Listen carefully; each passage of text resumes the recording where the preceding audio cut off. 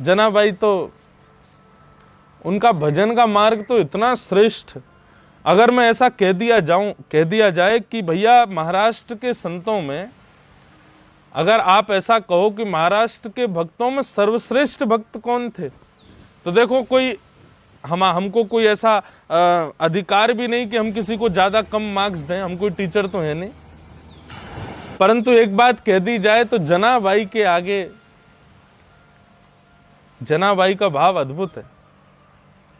अच्छा, एक बात और हमारी नोट कर लीजिएगा, जितने ज्यादा पढ़े लिखे होगे, पढ़े लिखे होने का मतलब है जितना ज्यादा बुद्धि का प्रयोग करोगे आप उतने ही कम वैष्णव बन पाओगे। पढ़े लिखे होने का मतलब गलत मत ले लेना। आप कह रहे हैं महाराज जी स्कूल गए हैं, कॉलेज गए हैं, तो इसका मतलब हम भक्त नहीं बने, नहीं। पढ़े लिखे होने का मतलब है जो अपनी पढ़ाई को ही बुद्धि से लगा करके हमेशा हर चीज में बुद्धि का प्रयोग करते हैं, वो ज्यादा वैष्णव नहीं।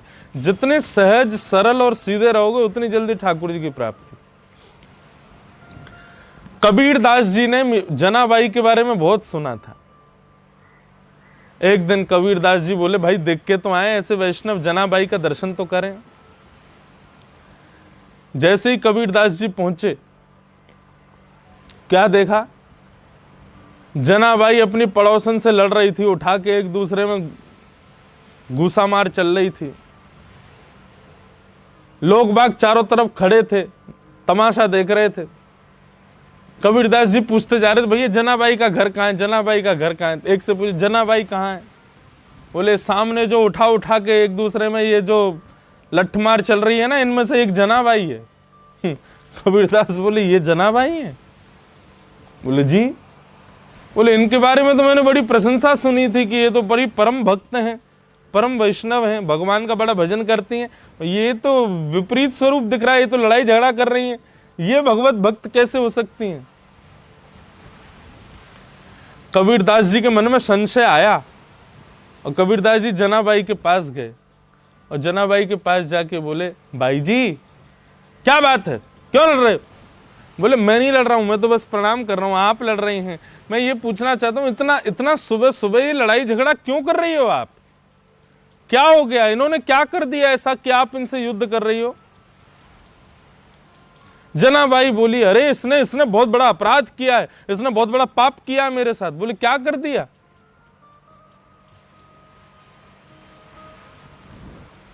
कबीरदास जी बोले क्या हो गया? बोले कि इसने मेरे गोबर के कंडे चुरा लिए, गोबर के उपले चुरा लिए। कबीरदास जी के मन में आया, बोले किसी ने गलत इंफॉर्मेशन दे दी मुझको कि ये परम भक्त हैं। बता, अरे रुपया पैसा जमीन जायदाद के लिए लड़ना हो तो चलो समझ में भी आता है, गोबर के कंडों के पीछे कौन लड़ता है भाई, और वो भी इतनी बुरी तरह से? ये वैष्णव नहीं हो सकता। वैष्णव तो सदैव विवादों से दूर रहता है, विवादों से बचता है।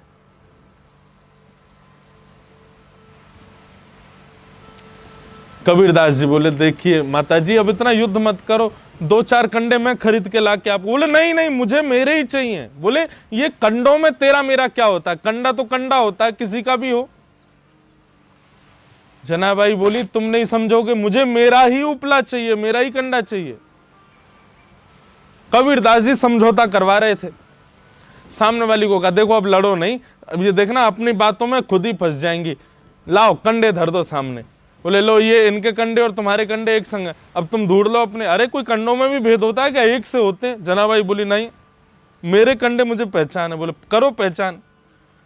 कंडा उठाती, उठा करके कान से लगाती और उठा करके जैसे कान से लगाती दूर फेंक देती, ये मेरा नहीं है। दूसरा उठाती, हाँ ये मेरा है, पास रख लेती। फिर उठाती, ना ये मेरा नहीं है, दूर फेंक दे, ये हाँ ये मेरा है, पास। कबीरदास बोले ये क्या कर रही हो आप, कंडे को कान से लगा के दूर फेंकती हो, मेरा नहीं है मेरा है, कैसे? जनाबाई बोली आप पहले उसके कंडे को जाके कान से लगाओ। उसके कंडे कान से लगाए, बोले कुछ नहीं है। बोले अब मेरे कंडे लगाओ। जैसे जनाबाई जी का कंडा उठा करके कबीरदास जी ने अपने कान से लगाया तो विठ्ठल विठ्ठल विठ्ठल विठ्ठल विठ्ठल कंडे में से आवाज आ रही थी। या दोहने बहनने मथनो पलेप प्रेंखे खनार भरुदितो क्षणमार जनादौ। ये कोई बंधुओं केवल जनाबाई के साथ घटी घटना नहीं है। ठाकुर जी जब ब्रज में लीला करते थे उस समय हमारे ब्रज वृंदावन में भी ऐसा होता था। क्यों? उठते बैठते सोते खाते पीते गोपियां गाय का दोहन करती थी तो भी कृष्ण कृष्ण कृष्ण, अपने घर में पोंछा चौका बर्तन करती तब भी कृष्ण कृष्ण कृष्ण, अपना श्रृंगार करती तब भी कृष्ण। जैसे वैष्णव जन तिलक लगाते हैं तो अपने गुरु मंत्र का उच्चारण करते हैं, परंतु ब्रज की गोपियां तो केश भी संवारती हैं तो भी कृष्ण, काजल लगाती हैं तो भी कृष्ण, कानों में कुंडल पहनती हैं तो भी कृष्ण, गले में हार पहनती हैं तो भी कृष्ण, साड़ी पहनती हैं, लहंगा पहनती, कुछ भी धारण करती हैं तो कृष्ण। और उसकी स्थिति ऐसी, उन गोपियों के सौंदर्य को देख करके किसी भी सामान्य व्यक्ति के हृदय में काम उत्पन्न नहीं होता था। यदि काम होता भी था तो उन गोपियों को देख के नष्ट हो जाता था। मीराबाई का अभी चरित्र कह रहा था मैं कुछ दिन पहले। तो मीराबाई का जब ब्याह हो गया ना मेवाड़ में, तो जो संत मेड़ता आया करते थे अब वो धीरे धीरे मेवाड़ आने लगे। मीराबाई के जो पतिदेव थे उन्होंने एक दिन जाकर के संतों से पूछा कि मैं बस इतना जानना चाहता हूं, आपको मीराबाई को देखने से क्या मिलता है? आप क्यों आप पहले मेड़ता आया करते थे इतने संत, अब मेवाड़ आने लगे, ऐसा क्या है? तो संत जन पता क्या कहते थे? बोले अनंत साधना करके, अनंत हवन यज्ञ करके, अनंत तीर्थ यात्राएं करके भी जो भक्ति हमारी पुष्ट नहीं हो पाती, वो केवल मीराबाई को एक बार देखने मात्र से पुष्ट हो जाती है। मीराबाई एक बार दृष्टि भर के हमारी ओर देख लेती है ना, तो हमको कृष्ण और प्रिय लगने लग जाते हैं, हमारे अंदर की भक्ति और ज्यादा जागृत होने लग जाती है।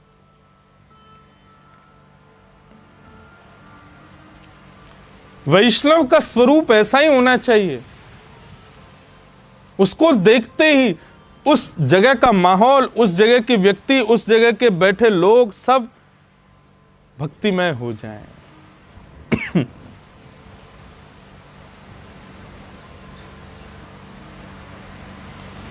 इसलिए भैया हमारी आपसे प्रार्थना, जितने भी वैष्णव जन हैं,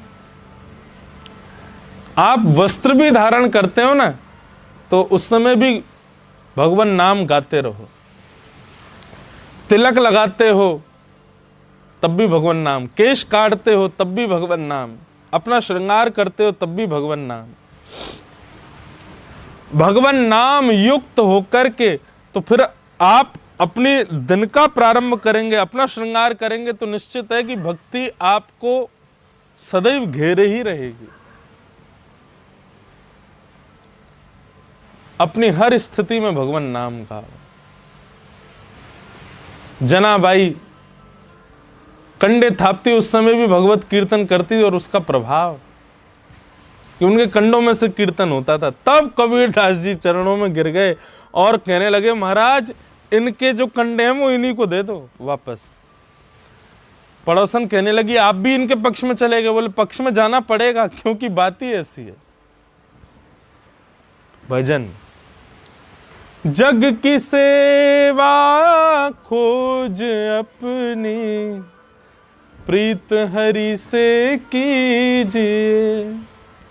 और ये केवल बात नहीं है, जिंदगी का राज है, यह जान कर जी लीजिए। ये जिंदगी का एक राज है। जिंदगानी का खिला मधुवन किसी का है दिया, मैं नहीं मेरा नहीं यह तन, किसी का है दिया। तो प्रश्न क्या है बंधुओं? अपना उद्देश्य पहचानिए।